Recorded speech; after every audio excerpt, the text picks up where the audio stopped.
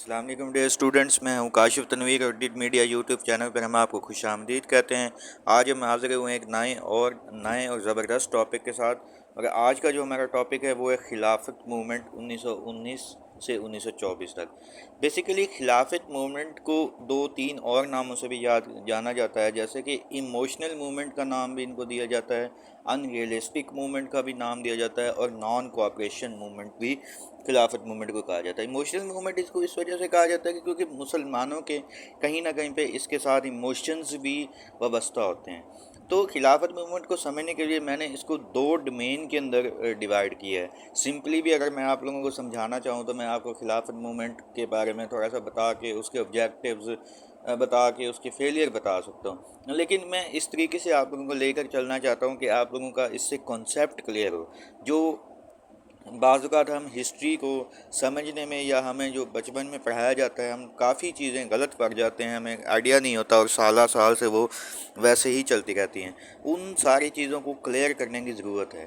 تو ڈومین 1 کے اندر ہم دیکھیں گے کہ آل انڈیا مسلم لیگ کا کیا رول تھا خلافت موومنٹ کے اندر۔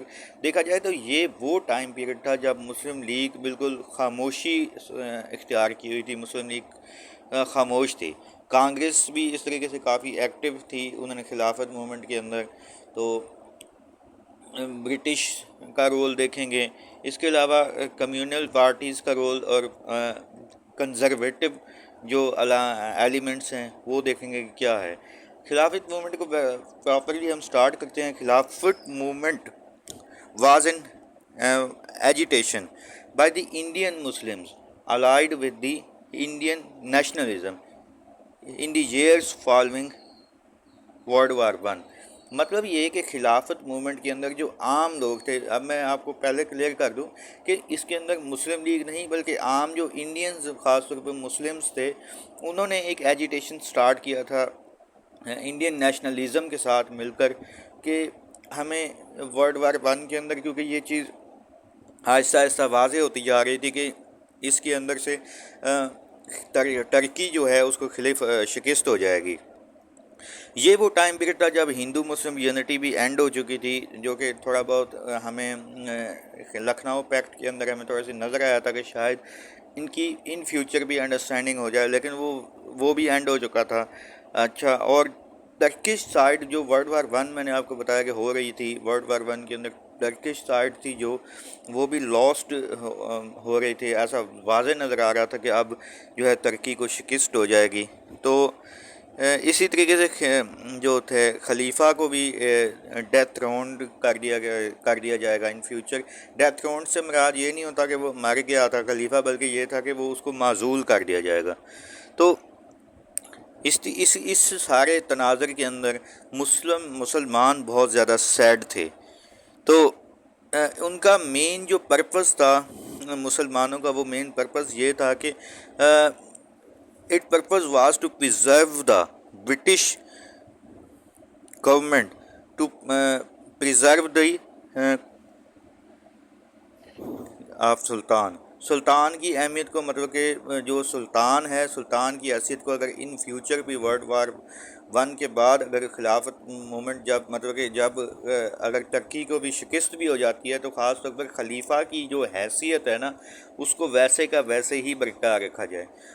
تو اس وقت جو تھے یہ ایجیٹیشن کافی زیادہ زور پکڑ رہا تھا، تو انہوں نے ان کے جو انڈین مسلمز تھے انہوں نے ایک اپنی خلافت کمیٹی بھی بنا لی تھی، جس کے مولانا شوکت علی کو اس خلافت کمیٹی کا انہوں نے جنرل سیکرٹری بنا دیا تھا۔ اب ہم دیکھتے ہیں کہ اس کے آبجیکٹیوز کیا تھے اس خلافت موومنٹ کے۔ تو protect the holy place of Muslims, مسلمانوں کے مقدس مقامات کی حفاظت کی جائے ٹرکی کے اندر، کیونکہ اگر اس آٹومن امپائر کی بات کی جائے تو آٹومن امپائر آپ کا آج کا سارا مڈل ایسٹ جو ہے وہ سارا آٹومن امپائرز کے اندر آ سکتا ہے۔ تو اتنے میں یعنی کہ مسلمانوں کے مقدس ترین مقامات مکہ مکرمہ، مدینہ منورہ، یہ سارے آٹومن امپائر کے کنٹرول میں ہی آتے تھے۔ تو مسلمانوں کو یہی تھا کہ اگر کل کو ٹرکی کو یا آٹومن امپائر کو شکست بھی ہو جاتی ہے تو پھر بھی مسلمانوں کے جو مقدس مقامات ہیں ان کی حفاظت کی جائے، ان کو کسی قسم کا کوئی نقصان نہ پہنچایا جائے۔ ٹو ڈیفینڈ دی خلیفہ کو بھی، خلیفہ کی حیثیت کو بھی برقرار رکھی جائے، کیونکہ مسلمانوں کی خلافت راشدہ کی وجہ سے مسلمانوں کی خلیفہ کے ساتھ بھی ایک ان کے ریلیجیس ایموشنز، آپ کہہ سکتے ہیں کہ ریلیجیس ایموشنز بھی جڑے ہوئے تھے، تو اس وجہ سے بھی وہ تھا ایک قسم ٹو پروٹیکٹ آٹومن امپائرز کو بھی کم از کم اگر آپ جو ہیں ترکی کی حدود کے اندر جو ہیں خلیفہ کی حیثیت کو ویسے کا ویسے برقرار رکھیں گے۔ ڈیلیگیشن، انہوں نے ایک ڈیلیگیشن بھی بنایا تھا، ڈیلیگیشن بنا دیا کہ ایک وفد سید سلمان ندوی کو، اس کا وفد کا ایک قسم کا وہ انہوں نے اپنا سفیر ریپریزنٹیٹو بنا کر انہوں نے مختلف یورپ وغیرہ کے اندر گئے تھے اور اپنی ڈیمانڈز کو مسلمانوں کی لے کر، تاکہ وہ برٹش پارلیمنٹ کے سامنے ان ڈیمانڈز کو رکھا جا سکے کہ ہماری مسلمانوں کی خاص طور پہ یہ ڈیمانڈز ہیں، ان کو آپ کم از کم پورا کریں۔ تو اگلے لیکچر کے اندر ہم یہ ڈسکس کریں گے کہ ان ڈیمانڈز کو کس طریقے سے مانا گیا، نہیں مانا گیا، آخر اس کے ریزلٹس کیا نکلے۔ آج کا لیکچر ہم یہیں پہ ختم کرتے ہیں۔ Do write your question in comment box. اگر آپ لوگوں کو اس ٹاپک سے ریلیٹڈ یا کسی اور ٹاپک سے ریلیٹڈ اگر آپ کو کوئی مسئلہ ہو، کوئی آپ بات ڈسکس کرنا چاہ رہے ہو، تو آپ کومنٹ باکس کے اندر اپنی رائے کا بھی اظہار کر سکتے ہیں۔ دعاؤں میں یاد رکھیے گا، ہمیشہ خوش رہیں۔ اللہ حافظ۔